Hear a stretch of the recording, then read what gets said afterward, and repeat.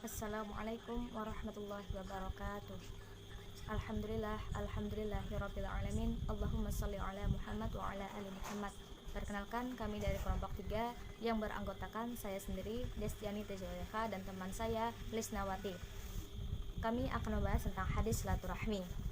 Langsung masuk pada pembahasan pertama, yaitu pengertian silaturahmi. Silaturahmi terambil dari kata majemuk yaitu berasal dari bahasa Arab, yaitu silat dan rahim. Silat berasal dari kata wasal, yaitu berarti menyambung atau menghimpun. Ini berarti hanya yang terputus atau terserah saja yang dituju oleh silat. Sedangkan kata rahim pada mulanya adalah kasih sayang, kemudian berkembang sehingga dapat diartikan pula kandungan atau peranakan, yakni karena anak yang dikandung selalu mendapatkan kasih sayang. Inti silaturahim adalah rasa rahmat dan kasih sayang. Hal ini antara lain dapat dibuktikan dalam pemberian yang tulus, sehingga kata silat diartikan pula pemberian atau hadiah berdasarkan hadis Nabi Shallallahu Alaihi Wasallam. Artinya bukanlah bersilaturahim orang yang membalas kunjungan atau pemberian, tetapi yang bersilaturahim adalah penyambung kasih sayangnya jika terputus. Hadis riwayat Al-Bukhari. Yang B, keutamaan silaturahim. Nabi mengajarkan untuk melakukan silaturahim. Bahkan menurut Nabi, yang dikatakan silaturahim adalah menyambung tali yang terputus, sebagaimana hadis yang diriwayatkan oleh Imam Al-Bukhari. Bismillah. Haddatsana Muhammad bin Katsir akhbarna Sufyan anil A'mash wal Hasan Amri wa Fitri an Mujahid an Abdullah bin Amr wa qala Sufyan lam yarfa'u A'mash ila Nabiy sallallahu alaihi wasallam wa rafa'ah Hasan wa Fitrun ala Nabiy sallallahu alaihi wasallam qala laisa al-wasil bil mukafi walakin al-wasil alladhi idza quti'at rahima wa shalah. Dari Abdullah bin Amr bin Al-Aus dari Nabi Shallallahu Alaihi Wasallam bersabda, tidaklah orang yang mengadakan silaturahim itu orang yang membalas, akan tetapi ia adalah jika diputus hubungan rahimnya maka ia menyambungnya. Hadis riwayat Bukhari. Dari hadis tersebut dapat dilihat ragam tingkat masyarakat dalam mengaplikasikan silaturahim. Yang pertama ada wasil, yaitu penyambung atau pelaku silaturahim, adalah orang yang aktif melakukan silaturahim dengan niat yang ikhlas karena Allah, bukan maksud tertentu demi terciptanya persaudaraan dan persatuan umat. Yang kedua mukafi, yaitu pembalas silaturahim, orang yang melakukan silaturahim karena membalas budi. Yang ketiga yaitu qati' atau pemutus silaturahim, yaitu orang yang bersifat pasif atau orang yang memutus tali persaudaraan. Di antara ketiga tingkatan tadi, yang paling utama adalah golongan pertama, yaitu wasil. Pada tingkatan pertama inilah makna silaturahim yang sebenarnya, karena dalam melakukannya tentu tidak mudah, kecuali bagi orang-orang yang mempunyai kesabaran dan ketulusan hati demi tegaknya persaudaraan. Di antara indikasinya dalam bersilaturahim pada tingkat pertama ini, wasil tidak pilih kasih, bukan pada kelompok tertentu dan tidak untuk mencari popularitas, tetapi silaturahim yang dilakukan benar-benar manifestasi iman kepada Allah, sebagaimana sabda Nabi Sallallahu Alaihi Wasallam.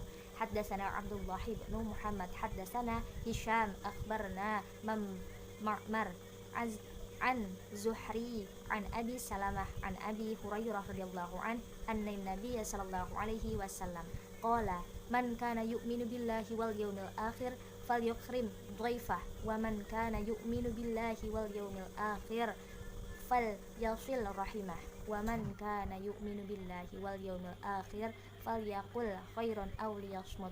Dari Abu Hurairah radhiyallahu an, dari Nabi sallallahu alaihi wasallam bersabda, barang siapa beriman kepada Allah dan hari akhir, hendaknya ia memuliakan tamunya, dan barang siapa beriman kepada Allah dan hari akhir, hendaknya ia menyambung tali silaturahmi, dan barang siapa beriman kepada Allah dan hari akhir, hendaknya ia berkata baik atau diam.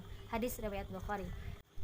Kehidupan yang dilandasi dengan saling menyayangi dan mengasihi itu sangat indah, karena akan menjauhkan diri dari sifat iri hati, dengki, buruk sangka, berpikir negatif, sikap permusuhan, dan sifat-sifat buruk yang lainnya.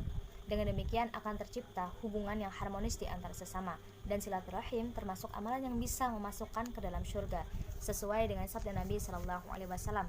an Abu radhiyallahu an anna rajula qala an-nabiy sallallahu alaihi wasallam akhbirni bi'amal yudkhilni al-jannah qala ma lahu wa qala an-nabiy sallallahu alaihi wasallam arabbun ma lahu ta'budullah wa la tusyriku bihi syai'an wa tuqimus shalah wa tutuz zakah wa tasilu rahim. Dari Abu Ayyub Al-Ansari radhiyallahu an bahwa ada seorang berkata kepada Nabi sallallahu alaihi wasallam, beritahukanlah kepadaku tentang satu amalan yang memasukkan aku ke surga. Sesungguhnya seseorang berkata, ada apa dia?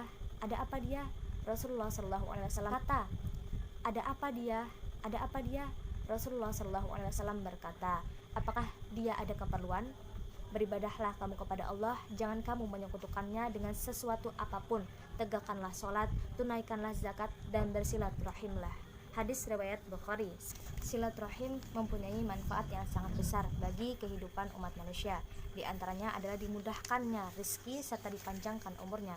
Sebagaimana sabda Nabi sallallahu alaihi wasallam, haddatsani Ibrahim bin Munzir haddatsana Muhammad bin Ma'ni qala haddatsani Abi Sa'id an Abi Hurairah radhiyallahu anhu qala sami'tu Rasulullah sallallahu alaihi wasallam yaqulu man sarrahu ayyub shatalahu fi rizqihi wa an yunsa'u lahu fi atharihi falyasil rahimah. Artinya, dari Abu Hurairah radhiyallahu anhu berkata, aku mendengar Rasulullah sallallahu alaihi wasallam bersabda, barang siapa yang senang diperluas rezekinya dan dipanjangkan umurnya, maka hendaklah bersilaturahim. Hadis riwayat Al-Bukhari. Sebagaimana ulama mengartikan banyak rezeki dan banyak harta, dan sebagian lainnya memberikan arti diberkahi rezekinya. Seseorang yang banyak bersilaturahim tentu banyak kenalan, banyak teman, dan banyak simpatik. Perangai yang baik akan menumbuhkan kecintaan dan kasih sayang dari sesamanya, serta mampu membangun relasi yang harmonis dan memiliki kepedulian yang tinggi terhadap orang lain. Ancaman bagi pemutus silaturahim. Kati, yaitu pemutus silaturahim. Kelompok ini sangat berbahaya bagi kelangsungan dan keharmonisan keluarga dan ukhuwah Islamiyah, karena akan menyulut permusuhan dan pertikaian, bahkan bisa juga menimbulkan pertumpahan darah. Mereka yang memutus tali silaturahmi terancam dosa dan akan mendapatkan balasannya dari Allah Subhanahu wa taala.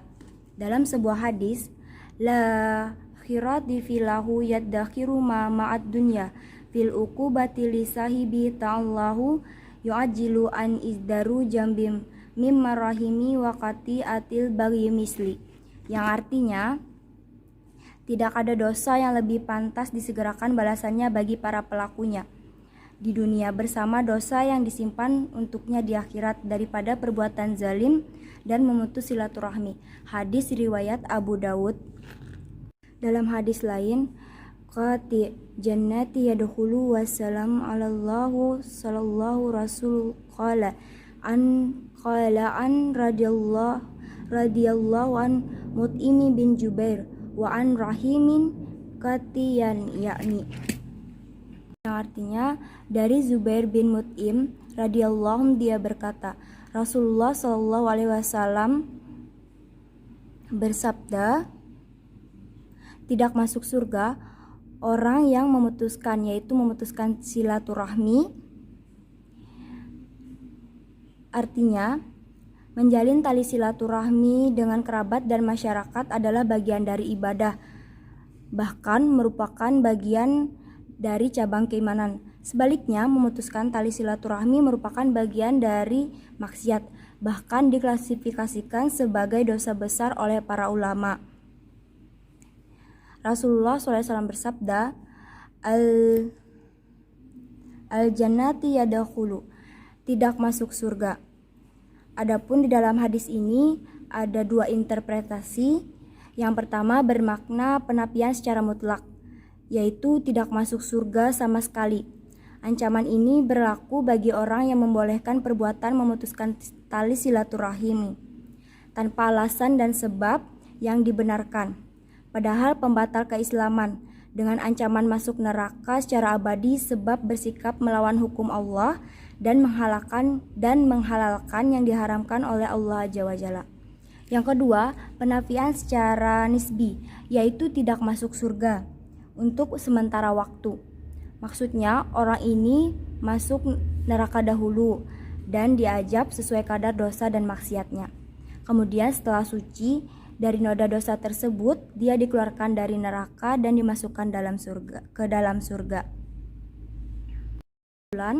Secara bahasa, silaturahim adalah kata majemuk yang terambil dari bahasa Arab silat dan rahim.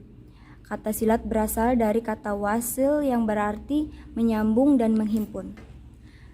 Kedua, saling memutuskan tali silaturahim maka akan menimbulkan permusuhan, pertikaian, dan bahkan bisa juga menimbulkan pertumpahan darah. Ada 3 ragam tingkat masyarakat dalam mengaplikasikan silaturahim. Yang pertama, wasil, penyambung atau pelaku silaturahim adalah orang yang aktif dalam melakukan silaturahim dengan niat yang ikhlas, bukan karena maksud tertentu. Mukafi, pembalas silaturahim, adalah orang yang melakukan silaturahim karena membalas budi atau kebaikan orang lain. Kebaikan orang lain dibalas secara seimbang dengan cara menumbuhkan rasa saling menghormati dan saling mencintai. Kati, pemutus silaturahim, yaitu orang yang bersikap fasik atau orang yang memutus tali persaudaraan. Sekian yang dapat kami paparkan, kurang dan lebihnya kami mohon maaf. Wabillahi taufiq wal hidayah. Wassalamualaikum warahmatullahi wabarakatuh.